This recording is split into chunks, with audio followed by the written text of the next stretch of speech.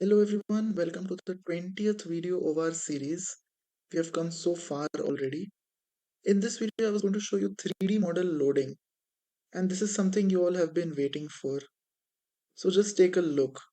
I loaded some basic 3D models. Except for the house, I made almost all of these models in the lockdown, I guess. I also put some simple smoke effect on the chimney of the house.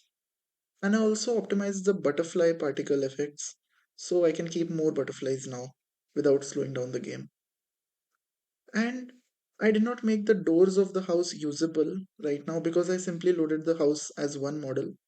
But that's not something hard to implement. And right now, these all don't even have collisions inbuilt. But that is also something I will make. I have already planned out exactly how to do it. And because collisions don't work, I unfortunately won't show you the top floor of this house, but I have made that as well. So just take a look for yourself at the environment. The existing graphic options mix really well with the scene, and these models also surprisingly mix well with each other.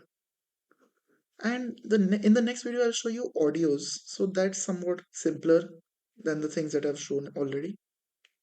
And I also sorted out some glitches in the shadows. So now the shadows are much higher quality. So that's it for this video. Thanks for watching, and do watch my previous videos if you have interest in this type of content. And I'll see you all in the next video.